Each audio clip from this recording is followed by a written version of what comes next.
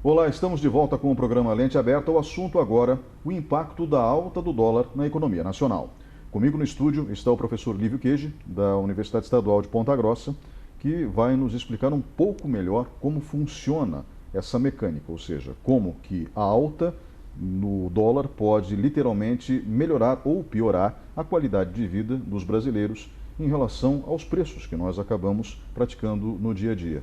Professor, o senhor, que é do Departamento de Administração, que tem um conhecimento vasto nesse assunto, eu gostaria que o senhor nos ajudasse literalmente nessa tarefa que é um pouco Ok. difícil para o público de casa, se não se incomodar.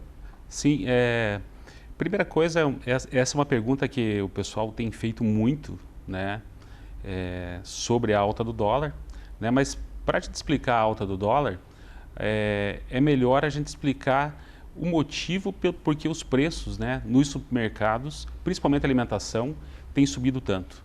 Né? Você começando aí com os preços e com a inflação que volta a aparecer, principalmente na área de alimentação, e é onde o público em geral, né, minha mãe, meu pai, o tio, né, a tia, vem perguntar o que está acontecendo e se isso é por causa do dólar. Então, para esse aumento de preços que a gente sente e vivencia todo dia, a gente praticamente tem 4 motivos. O primeiro motivo, né, que levou isso a acontecer realmente é a alta do dólar. Porque muitos insumos, muitas commodities que são matéria-prima, né, são utilizados como matéria-prima para diversos outros produtos, inclusive ração animal, né, então a gente vê a nossa proteína subindo também, né. O que acontece? Ele pega e tem desencadeado, né, a alta desse insumo, uma vez que eles são dolarizados. Você pega a soja, ela é dolarizada, você pega o café, é dolarizado, o milho é negociado em reais, mas ele tem um reflexo importante. O segundo seria você pensar que a exportação aumenta. Uma vez que você tem um câmbio alto, né, o dólar alto, você acaba incentivando mais, ficando mais em conta que a produção interna, você produz em real e exportaria em dólar, né, o que faz o produtor ter um mercado lá fora mais atrativo. Então ele prefere realmente estar vendendo para fora essa commodity, né, desde carne até os agrícolas. O terceiro ponto seria a pandemia, né? A pandemia também é uma coisa que realmente trouxe uma desestabilização dos meios de produção. E isso ocasionou também um aumento nos produtos pela escassez dele. E o quarto ponto seria realmente o dinheiro injetado pelo governo na ajuda emergencial que ele proporcionou às pessoas. Isso gerou uma demanda maior, né? Mais dinheiro no mercado, mais consumo, e isso também gera um aumento de demanda. Então, eu acho que primeiramente a gente tem que tirar do empresário a culpa de que o preço subiu. Eu acho que é realmente uma questão de política monetária. Né? E essa política monetária começou quando? Quando os juros, né, a Selic passou a 2%, né? Então é uma Selic, um juro hoje de país de primeiro mundo, e uma coisa que o Brasil não é. Né?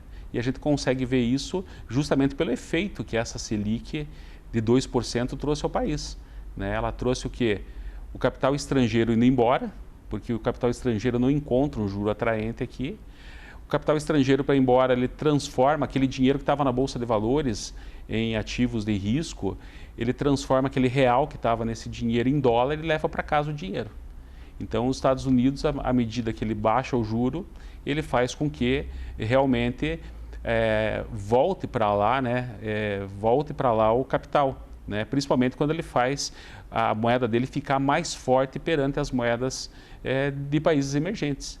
E se você for observar isso, você vai ter justamente o Brasil e o real nosso como sendo a pior moeda hoje entre os países emergentes.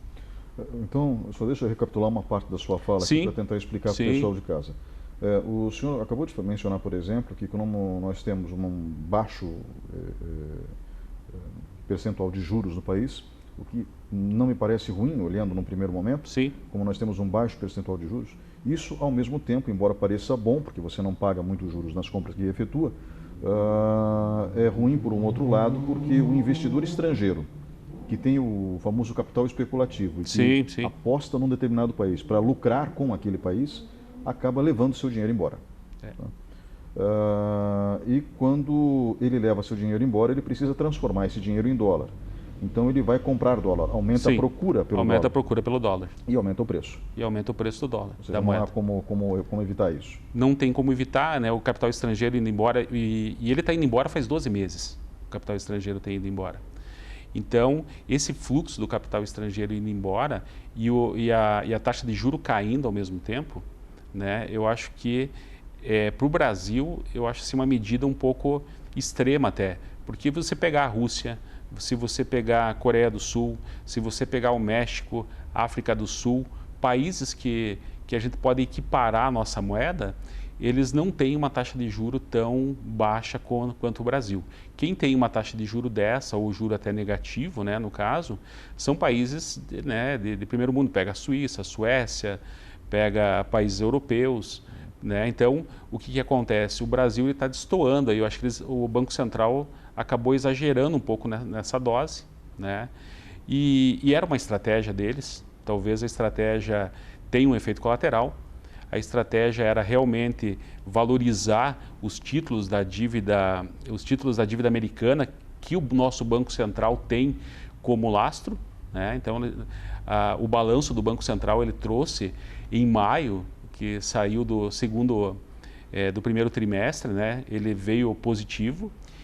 E existem regulamentações que permitem que você pegue esse lucro que esses títulos trouxeram no balanço do Banco Central e transfira para o Tesouro Nacional, né? Minimizando o déficit fiscal, né? E atuando diretamente nessa ajuda emergencial. Mais precisamente, 480 bilhões foram possíveis. Só que isso gera... o que acontece? Esse lucro ele acontece desde que o dólar esteja acima de 5,10. Então existe uma marcação de preço em 5,10, né, R$5, que se passar desse preço para baixo, o governo começa a ter prejuízo lá no balanço do Banco Central, né? Então isso ocasiona é difícil explicar de maneira simples, né?